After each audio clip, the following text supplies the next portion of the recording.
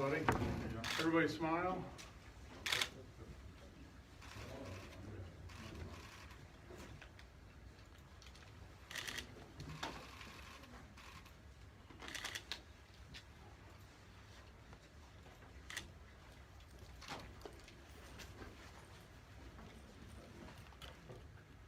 Okay, everybody ready? Good afternoon.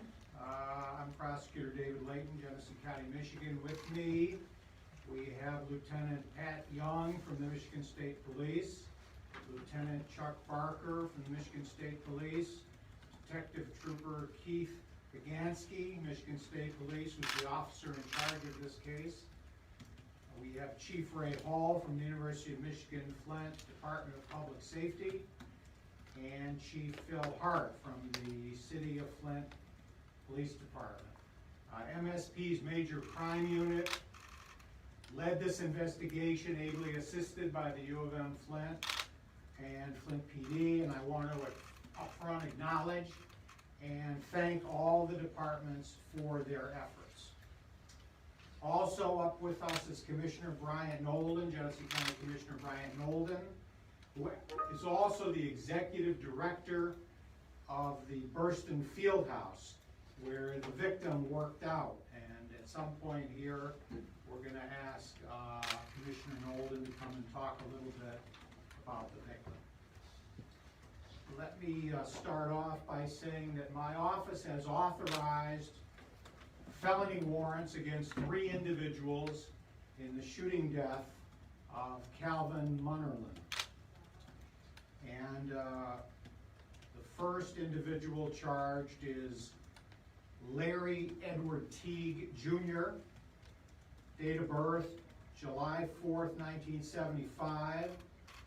Mr. Teague is charged with, count 1, first-degree premeditated murder, which is a felony punishable by life in prison without the possibility of parole. Mr. Teague is also charged with count 2, felony firearm. That is, he did have in his possession a firearm during the commission of the felony. That is a felony. It's punishable by 2 years in prison, consecutive to any other sentence that is given by the judge. Mr. Teague is also charged under count 3 with possession of a firearm by a felon. That is punishable by 5 years in prison max. And count 4, another count of felony firearm, 2 years consecutive to any other sentence. Our second suspect, let me add that Mr. Teague is also charged with carrying a concealed weapon, felony punishable by 5 years in prison, and he is also charged with count 6, violation of the governor's executive order mandating that all customers and employees must wear face coverings inside grocery stores.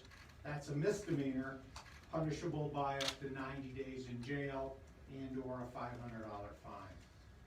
Our second charged individual is Ramon Travon Bishop, date of birth January 13th, 1997. Mr. Bishop is charged on count 1 with first-degree premeditated murder, punishable by life in prison without the possibility of parole. Count 2, felony firearm. That's a felony punishable by 2 years consecutive to any other sentence. Count 3, carrying a concealed weapon. That is a felony punishable by up to 5 years in prison. Our third suspect and charged individual is Sharmel Lashe, Teague.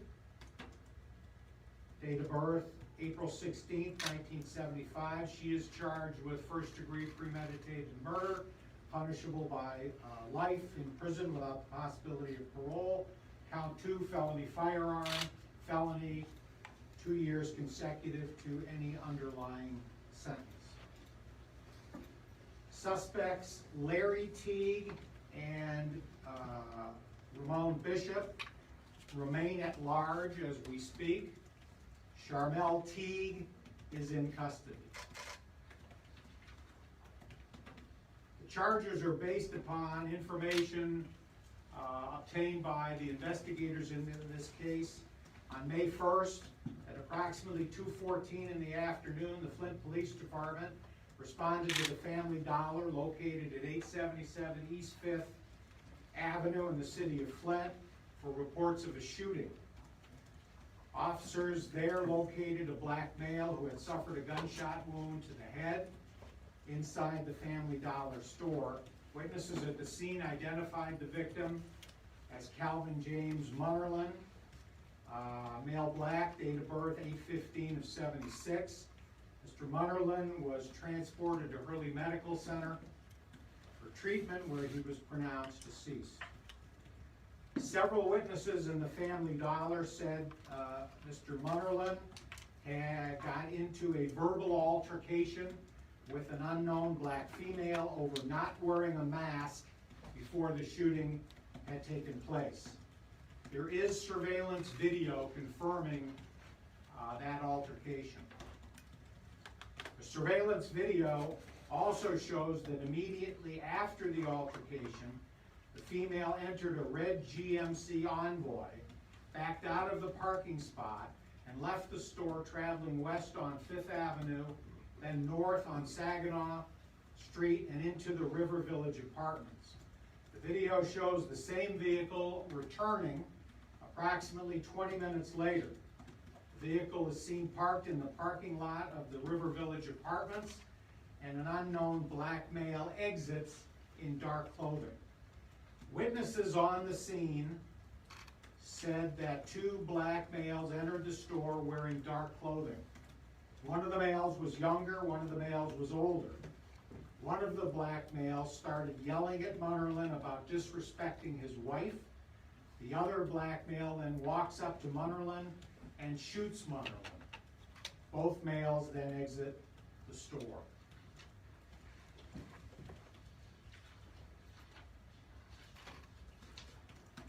A review of suspect Sharmel Teague's phone confirms she called suspect Larry Teague's phone between the initial altercation and the shooting. Witnesses identified suspects Larry Teague and Ramon Bishop as the men who entered the store and confronted the victim, and that Bishop shot the victim. Based on this, we believe we have probable cause for all the crimes charged today against the named suspects. As in any criminal case, the accused individuals are innocent until proven guilty in a court of law. Lastly, and before I call on Commissioner Nolden to talk about Mr. Munnerlin for a minute, I want to say this, that the hostile tone that we have seen in recent days on television and in social media can permeate our society in ways we sometimes don't fully realize or anticipate. Decisions like staying home when we can, wearing a mask when going to the store, and staying a safe distance from those around us, these should not be political arguments. They don't necessitate acts of defiance, and we simply cannot devolve into an us versus them mentality. We really need to make a commitment as a community that we are committed to doing the things necessary to allow us to stay healthy and turn the page on this crisis altogether. And if not for ourselves, we should do this for Calvin Munnerlin, who has lost his life needlessly and senselessly. With that, I'd ask Commissioner Nolden if you wouldn't mind saying a few words about this gentleman who you knew from birth. I'm gonna keep my mask on. Calvin was a great guy. We have a weight room down in Berkeley that's free and open to the public. This gentleman used to come down there 3 to 4 times a week, and he would train anybody who wanted to be trained free of charge. We have a senior line dance there. He would come up and he would dance with the seniors. He was just an all-around good guy. And when I found out what had happened to him, it really broke my heart because I know what kind of person he was. So I'm extremely happy that we have law enforcement here that are going to find these individuals. And I want to make sure that they be brought to justice because this was extremely senseless over a matter. I just want to say, we need to stop this senseless violence here in this community. This was totally uncalled for. He didn't bother us soul. All he wanted to do was take care of his family, and he always had his kids with him. This is a real loss for this community, and really, it's a big loss for me as an individual, and what he was doing for the folks in the community around Berkeley. Thank you very much. Okay, thanks, Commissioner. Okay. Any questions? Yeah. Has the female suspect been arraigned? I don't think she's been arraigned yet, no. But the other two are at large. We're gonna have photographs of them for you that you hopefully will broadcast. The MSP fugitive team is out looking for them. They must know that they're being sought. They are armed and dangerous, but we will bring them to justice. Yes, Could sir. you confirm a little information about the victim? He was a father, there's some scuttlebutt online, he's a father of 8, married, what are some of the others? I think he had 6 children with his wife, and there were 3 other children in the family for a total of 9. When you say they're at large, is there any idea where they might be? Is it possibly went to the Metro Detroit area, maybe here? Is there any idea of where they may have gone?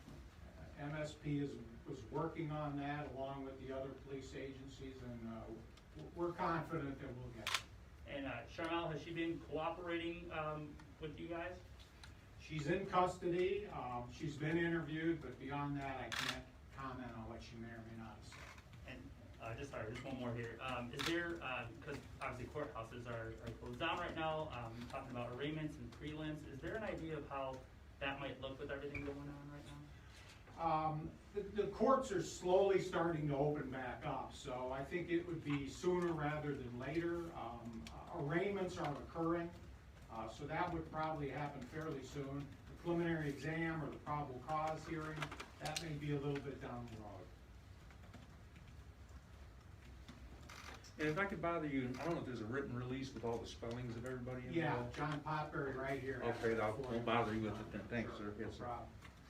Any picture of the victim as well that you could release, or did you have, and sir, can I get your name, Commissioner? I didn't catch your name. Brian Nolan, And spell both of those if you could. BRYANT-NOLDEN. And what was the facility that you worked? Burston Field House. Please spell it for me, I'm gonna. BERSTON. And I actually have a picture of him with the weightlifting guys. If you I have could- it on my phone, I'll give you my cell later, and if you I'll can text text it. it to you. Thank you, sir, I appreciate that. Anybody else? Yes, sir. Teague and Bishop, do they have any kind of previous record? Any problem? Yeah, Teague, yes, because we charged him with felon in possession, so he has a prior felony. Bishop, no, I don't believe so, and Sharmel, no. What was the relation with Sharmel to the initial, or I'm sorry, the shooter, the alleged shooter? Was that the father? That was what? Sharmel is married to Larry Teague, and Sharmel is the mother of the alleged shooter, Mr. Bishop. Has there been any idea about what they were doing in the store in the first place? Did that come up? She had gone to the store, she had a daughter with her, the daughter did not have a mask. Sharmel did have a mask, but the altercation ensued, and we believe she communicated with Larry Teague and Ramon Bishop, and they returned to the store, and the shooting occurred. How old was the daughter, you know, sir? I don't off the top of my head, does anybody know how old the daughter was? In her 20s, huh? We can get that for you. I don't know if you've heard, David, or any of the other law enforcement here about any other issues regarding the mask policy. I know some other states are having issues, or just outright getting rid of the ban because they've had people make threats to some store owners. Don't know if outside of this, instance, if there's been any other chatter about that in the community. Most of the calls I've been getting are about enforcing the golf issue and today a car wash issue, certainly not this. And as I said, the governor issues these executive orders based upon information she gets from health experts. Our job is to enforce the law, and that's what we do. We do it without favoritism, and in this case, there's just no excuse for somebody to take this kind of an action over this kind of an issue. I can't fathom one. Okay, thank you very much, everybody.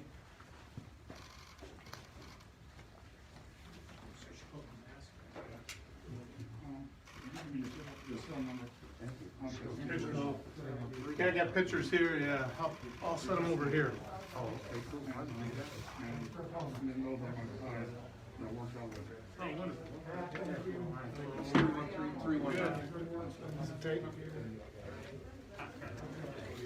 That'd be a good place, maybe right here.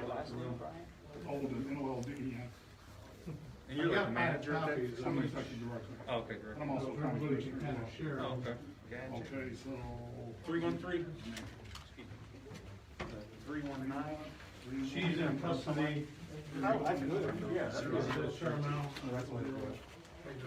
Yes, sir. Thanks a million. And I've got press releases in case anybody needs one. Please. Yeah. Is it okay if I stay here? Yeah, sure. Okay, thank you so much. That's first, I'm looking around, and I'll just. You know what, it might not go like. That's great, yeah, no big rush on it. You got it. Okay, thanks, man, have a nice day. All right, thank you. Tape it on the wall. Okay, thank you. Sorry, my bad.